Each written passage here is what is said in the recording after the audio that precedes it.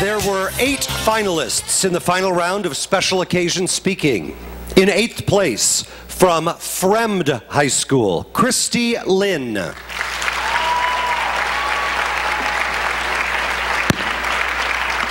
In 7th place, from DeKalb, Jackson Hampton.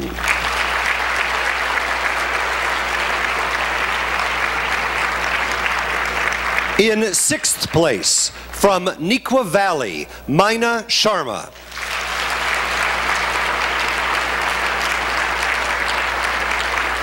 In 5th place, from Champaign Centennial, Mecca Muhammad.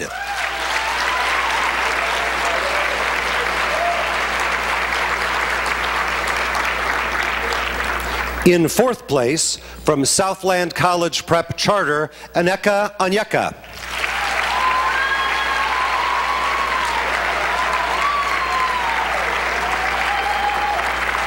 In 3rd place, from Lyons High School, Jack McDermott.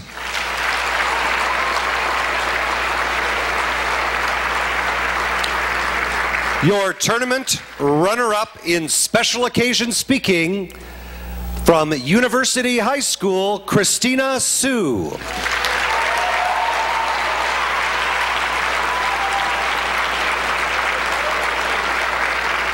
And your tournament champion in special occasion speaking, from Marian High School, Cooper Packard.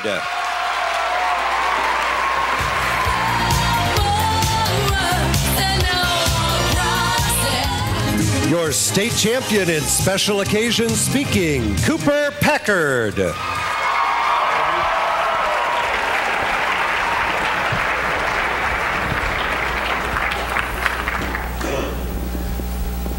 Okay, everyone, I have something to tell all of you. I am a man.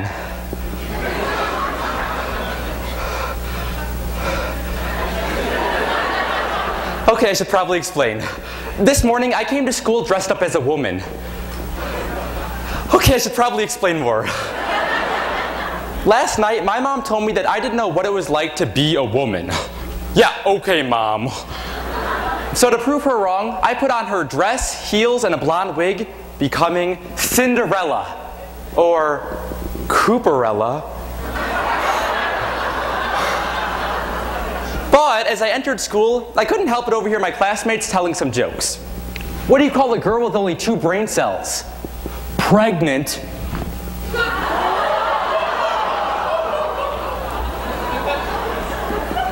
Did that offend you?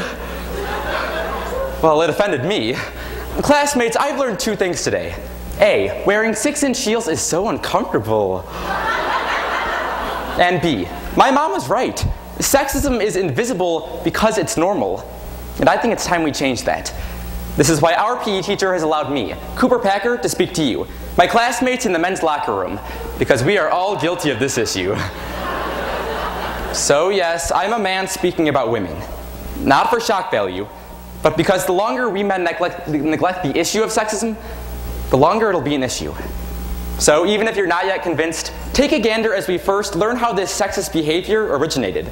Then, we'll analyze the effects of our misogyny, before finally redefining what it means to be equal with some solutions.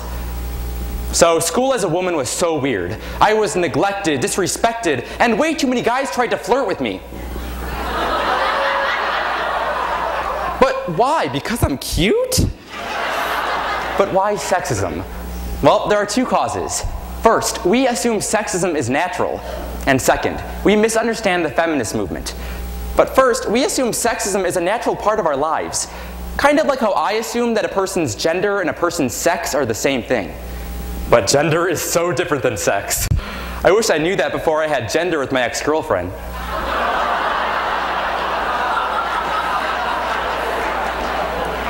But for us, we tend to believe that women are naturally inferior to men. However, Northwestern University historian Alice Eagley explains that men and women in early hunter-gatherer societies were actually equal. Our current patriarchal society didn't develop until the start of agriculture. So male dominance is not natural. We simply conform to it. And this leads us to the second cause. We also misunderstand the feminist movement. Contrary to popular belief, a feminist is not a female communist. I mean, I'm a feminist and I'm not a female. I am a communist, though. What? According to the Huffington Post on April 13th, 2013, just 20% of Americans consider themselves to be a feminist. But when asked if they believe in the social, political, and economic equality of the sexes, that number skyrocketed to an astounding 82%. The thing is, that very belief is Merriam-Webster Dictionary's definition for feminism. So feminism is pro-men and pro-women? Man, we are confused. Kind of like this one guy throughout all my classes who kept trying to flirt with me. And I was like, dude, I'm not really a girl. And he was like, I don't care.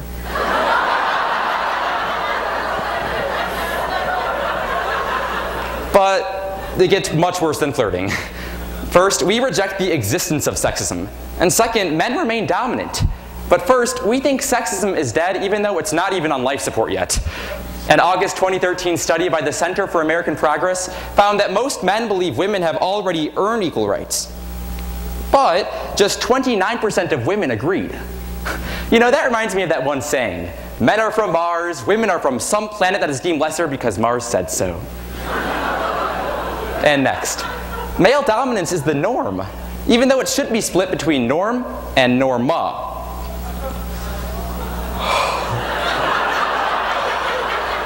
For example, in a 2012 Yale University study on gender bias, professors were asked to evaluate identical applications for a new manager position. The only difference? One applicant was named John, while the other was named Jennifer. In the end, John was rated higher on all fronts, while Jennifer rated lower in hireability, competence, and salary by $4,000. Not to mention that women still only earn 77 cents to the male dollar in this country. Or think of our culture and how the #1 song of 2013, Blurred Lines, was a word-for-word reenactment of rape. In his 2012 TED Talk, activist Jackson Katz explains how this violence against women is labeled a women's issue, even though it should be the man's issue because the abuser is a man. Classmates, the worst part of all this is that it isn't even shocking anymore. And that is on our shoulders. So how do we end sexism? Why is my hair half red and half brown? Beyonce. These are things I'm thinking off the top of my head.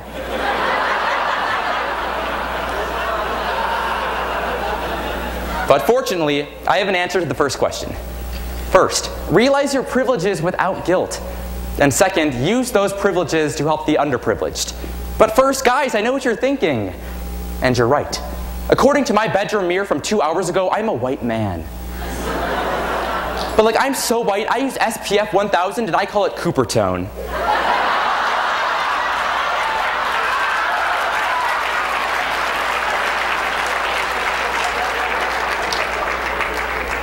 But I have felt guilt in the past over the fact that men, and more specifically white men, have dominated other races, genders, and people for centuries. But in her book, Feminism is for Everybody, social activist Bell Hooks explains how a man who has embraced feminist policies is in no way a threat to the movement. Guys, feminism is meant to remove social stigmas for both men and women, whether that means a woman being allowed to become the breadwinner in her family, or a man being able to cry without shame. And finally, it's time we use our individual privileges to help the underprivileged. Take a look at the National Organization for Men Against Sexism and their 12 steps to help end sexism. That includes a variety of ways to aid the movement, from simple steps like not condoning sexist jokes, to more difficult ones like listening to women's stories of sexism without yourself becoming upset. Guys, I know it's hard, but it's worth it. Equality always is. Wow, I'm really glad I got that all off my chest. And by that, I mean the bra I was wearing. Classmates, today we've taken a look at the causes, effects, and solutions to our sexism. As crazy as she is, I'm really glad my mom opened my eyes to this issue. I'm not an expert on women, but I'm learning. After all, just 100 years ago, women were unable to vote, couldn't legally use or discuss birth control, and were legally allowed to be raped by their husbands. something that wasn't outlawed in this country until 1993. But look how far we've come. And look how far we've yet to go. Classmates, I think Susan B. Anthony put it best in her 1873 speech for women's suffrage. It was we, the people, not we, the white male citizens, nor yet we, the male citizens, but we, the whole people, who formed the Union.